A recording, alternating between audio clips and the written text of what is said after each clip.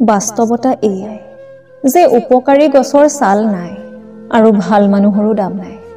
কাষত থাকোঁতে যিয়ে আপোনাৰ মূল্য নুবুজে সিহঁতৰ পৰা আঁতৰি গৈ মূল্য কি বস্তু বুজাই দিব লাগে।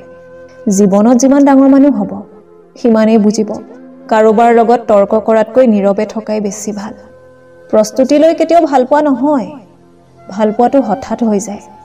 আজি যাক কন্দুৱাই তুমি হাঁহিছা, কাইলৈ তুমি যে নাকান্দিবা সেয়া কোনে ক'ব পাৰিব। ক্ষমা তাকেই কৰা যিয়ে অজানিতে ভুল কৰে, কিন্তু তেওঁক নহয় যিয়ে জানি বুজি বেইমানি কৰে। এই পৃথিৱীত স্বাৰ্থ নহ'লে একোৱেই নাই।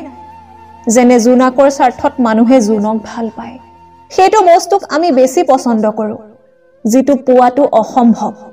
মানুহে ফ্ৰীত দুটা বস্তু দিয়ে, কষ্ট আৰু পৰামৰ্শ। গুৰুত্ব থাকিলে প্ৰতিটো সম্পৰ্কই জীয়াই থাকে, সেয়া ভাল পোৱাই হওক বা বন্ধুত্ব। যন্ত্ৰণাৰ সীমা যেতিয়া পাৰ হৈ যায় মানুহে কন্দা বন্ধ কৰি নীৰৱ হৈ যায়। খালী পকেটত প্ৰেম হ'লেও সংসাৰ নহয়। জীৱন সংগী সুন্দৰ হোৱাতকৈ সৎ হোৱাটো বেছি জৰুৰী। এজন ব্যক্তিৰ বাবে গোটেই জীৱন অপেক্ষা কৰাটো ভুল নহয়, কিন্তু এজন ভুল ব্যক্তিৰ বাবে এটা মুহূৰ্ত অপেক্ষা কৰাটোও চৰম অন্যায়। জীৱন যুদ্ধত সকলোৱে তোমাক মাথো সান্তনা দিব, কিন্তু সেই যুদ্ধত তুমি অকলেই যুঁজিব লাগিব। যিটো পোৱা নাই সেইটো তোমাৰ নাছিল, যিটো তুমি পাবলৈ বিচাৰা সেইটোৰ পিছফালে পৰিশ্ৰম কৰা। ভালে থকাৰ বাবে হাঁহিটো বেছি প্ৰয়োজন, হওক সেইটো মিছা বা সঁচা। এই দুই ধৰণৰ ব্যক্তিক কেতিয়াও বিশ্বাস নকৰিবা।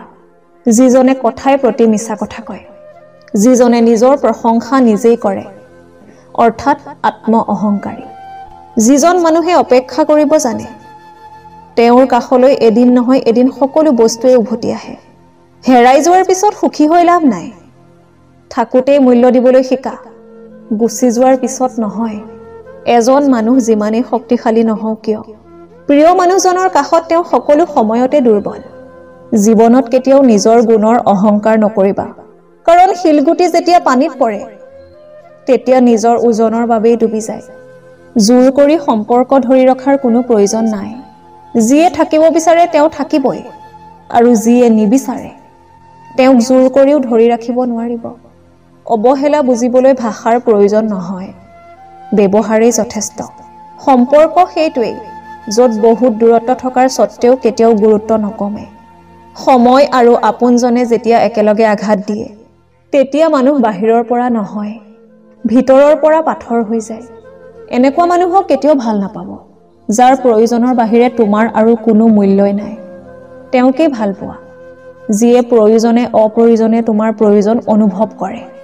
অনুভূতি, ভাল পোৱা, মায়া এইবোৰ যিমানেই কমকৈ প্ৰকাশ কৰিবা মানুহে আঘাত কৰাৰ সুযোগ সিমানেই কমকৈ পাব।